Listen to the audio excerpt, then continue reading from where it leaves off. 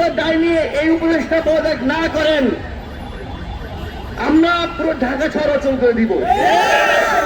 আমরা বারবার সংবাদ পাচ্ছি শরীফ ওসমান হাদির শারীরিক অবস্থা সংকটাপন্ন হচ্ছে, কিন্তু কোন একজন আসামিকে গ্রেফতার করা যায় নাই।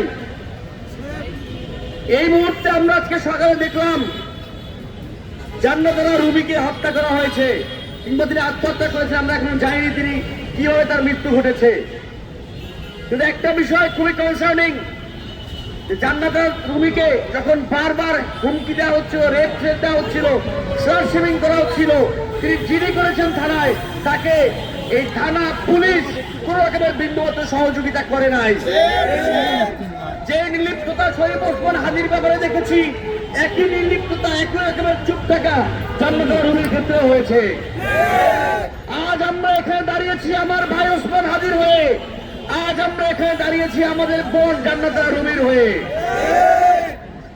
যদি ব্যর্থতার দায় নিয়ে এই উপদেশটা পদত্যাগ না করেন, আমরা পুরো ঢাকা শহর অচল করে দিব।